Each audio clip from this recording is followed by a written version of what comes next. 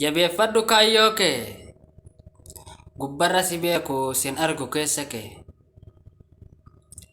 kan kolfaa si godhuuf asiif achi kaata ati jabaa ta'uu keef ajandaa si godhata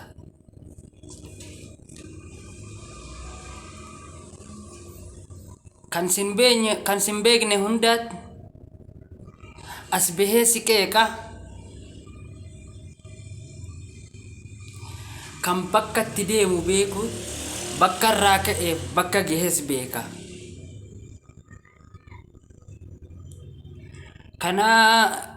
kanaaf ilaamee yaatiru anaaf sirra kan walitti aanu hin jiru kanaaf hundumaa obsii tiradhu rakkoo baay'ee dabarsitee miti ifa fuulduraa kee mil'adhu kanaaf hundumaa dandeehi dhaamsa koo dhagahi subscribe like